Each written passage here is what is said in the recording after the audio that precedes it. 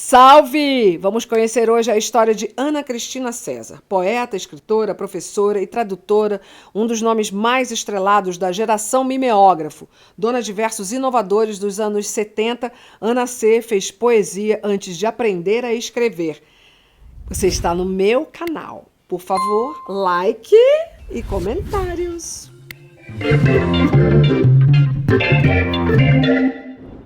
Ela escrevia desde pequena. Ana Cristina César, Ana C., como era chamada por amigos, foi poeta, tradutora, editora, ensaísta, pesquisadora, crítica e acadêmica.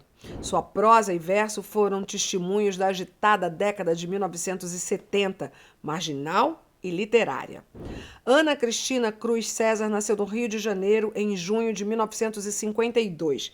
Era filha do sociólogo e jornalista Valdo Aranha Lens César e da professora Maria Luísa César, irmã de Luiz Felipe César e Flávio César.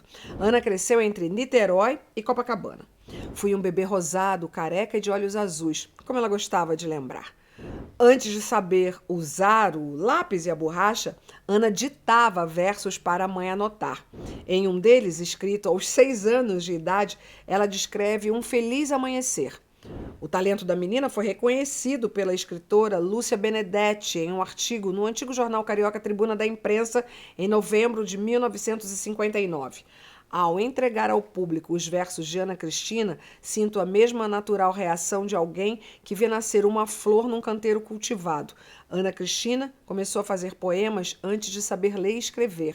O mecanismo de escrita ainda não está para ela suficientemente adestrado para correr em socorro de sua inspiração poética. Seus trabalhos reunidos posteriormente foram entregues aos cuidados do Instituto Moreira Salles. Em 1963, aos 11 anos, no fim do curso primário, Ana escreve e publica, pela editora Problemas Universais, criada por ela, o livro Memórias de uma Criança, com textos autobiográficos. Nessa mesma época, Ana termina o curso primário no Colégio Bennett e vai para o Colégio Santo Amaro, onde faria o então curso ginasial, hoje ensino fundamental. Ela desenha na capa do caderno de memórias um balão que representa o voo da primeira década de vida. Uma das muitas histórias do primeiro caderno de memórias é sobre um tombo de uma cadeira, aos 6 meses de idade, justo no dia do aniversário da mãe, 23 de dezembro de 1952, que resultou num braço quebrado. Como ainda não escrevia, não me importei. Antes dos 14 anos, já fazia sonetos e versos em redondilha maior e menor, recurso poético que estabelece versos de 5 ou 7 sílabas poéticas. Os que possuem 5 sílabas poéticas são chamados de redondilhas menores. Os de 7 sílabas são redondilhas maiores. Em 1966, ela escreve, edita e ilustra os 8 pronomes pessoais, presente de aniversário para o pai, uma edição de poemas acompanhados de críticas feitas por ela mesma com direito a índice, colofão e capa ilustrada. Colofão, nos manuscritos medievais, era a nota final com referências sobre a obra e indicações relativas à sua autoria, transcrição, impressão, lugar e data de produção. Nos livros atuais, é a inscrição final com a data e o lugar da feitura da obra.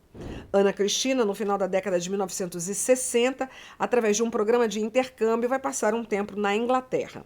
De volta ao Brasil, ingressa na Faculdade de Letras da Pontifícia Universidade Católica, a PUC, no Rio de Janeiro, onde se forma em 1975.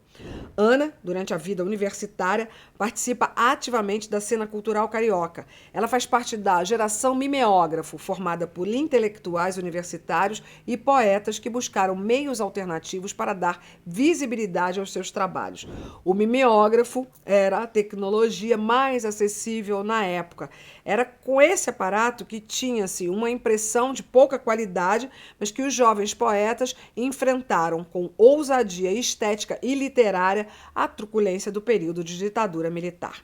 Foi através da professora Clara Alvim que Ana é apresentada à escritora, ensaísta e professora Heloísa Buarque de Holanda, um nome forte no estudo da poesia marginal daquela época. O primeiro encontro das duas foi marcado por um grande nervosismo por parte da aluna. Ana cumprimentou a escritora e saiu correndo.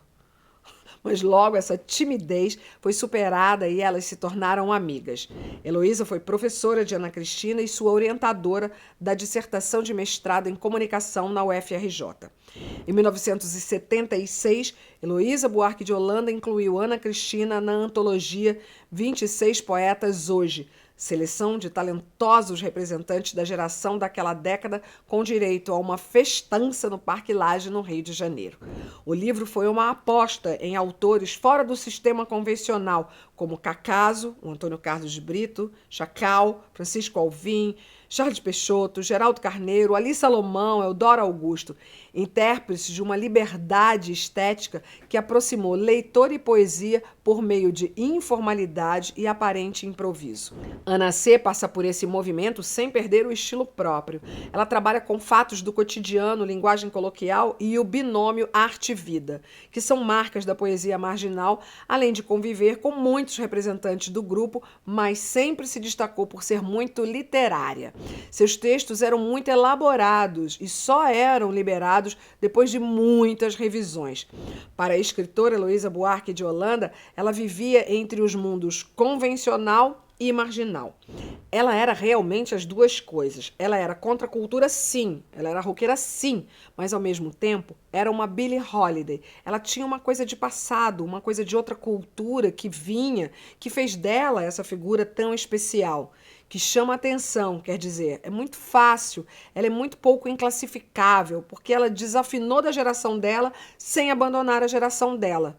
E isso eu acho interessante no próprio texto dela. Ana se distinguia do legado da produção cultural dos anos 1970 a partir de um repertório intelectual apurado e de um senso estético incomum. Durante a graduação, ela dá aulas em escolas de segundo grau de idiomas. Após a formatura, começa a colaborar com artigos na imprensa, faz resenhas e traduções.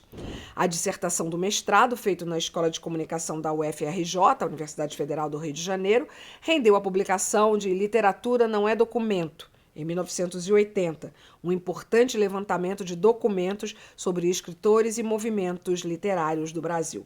Um pouco antes da conclusão do mestrado, Ana lançou os livros Cenas de Abril, Correspondência Completa, esse por sugestão de Heloísa Buarque de Holanda.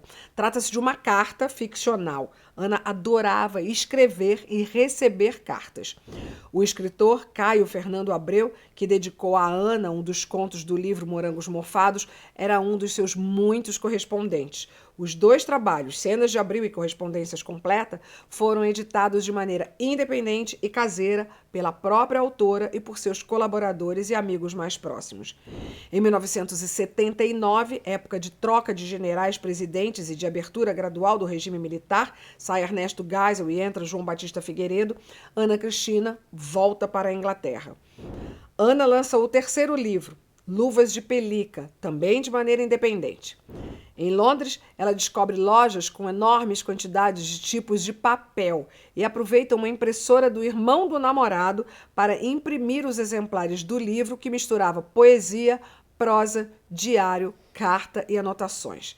Ela recebe na Inglaterra o título de mestra em Teoria e Prática de Tradução Literária, com uma tese sobre o conto Bliss, de Catherine Mansfield. Ana se encanta com o caráter monossilábico da língua inglesa e traduz ainda Emily Dickinson e outros escritores. No período da vida na Inglaterra, ela se corresponde com a escritora e professora Heloísa Buarque de Holanda. Cartas que se desdobram em 2, 3 até 8 páginas.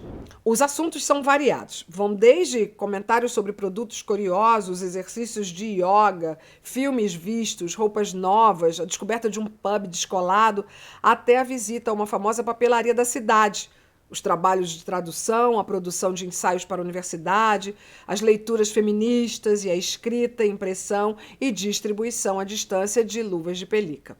De volta ao Brasil, Ana é contratada como analista de textos pela Rede Globo de televisão. Em 1982, Ana Cristina César publicou A Teus Pés, primeiro livro de poemas que lançou por uma editora, a Brasiliense. A Teus Pés, que projeta Ana C. para públicos mais diversos, reúne seus 3 livros publicados em edição artesanal: Versos de Cena de Abril, correspondência completa, longa carta endereçada a My Dear, e o diário Luvas de Pelica, mais um conjunto inédito. Ana C. pôs fim à vida em outubro de 1983, aos 31 anos de idade, depois de um período de depressão, e nos deixa uma obra consistente, como revela o poema Protuberância. No ano 2001, terei 49 anos e serei uma rainha, rainha de quem, que, não importa. E se eu morrer antes disso, não verei a lua mais de perto. Talvez me irrite pisar no impisável, e a morte deve ser muito mais gostosa, recheada com marshmallow. Uma palavra me delinea, voraz, e em breve a sombra se dilui, se perde o anjo. Ana Cristina César é mulher admirável, e essa é a história dela. Você que está no canal já se inscreveu? Por favor, inscreva-se no meu canal, ativa o sininho para receber notificações, porque tem sempre material novo chegando e assim você pode ser avisada. E também faça o seu comentário. Já falei, eu sou daquelas que gosta de ler um comentário, de curtir, de responder. Por favor.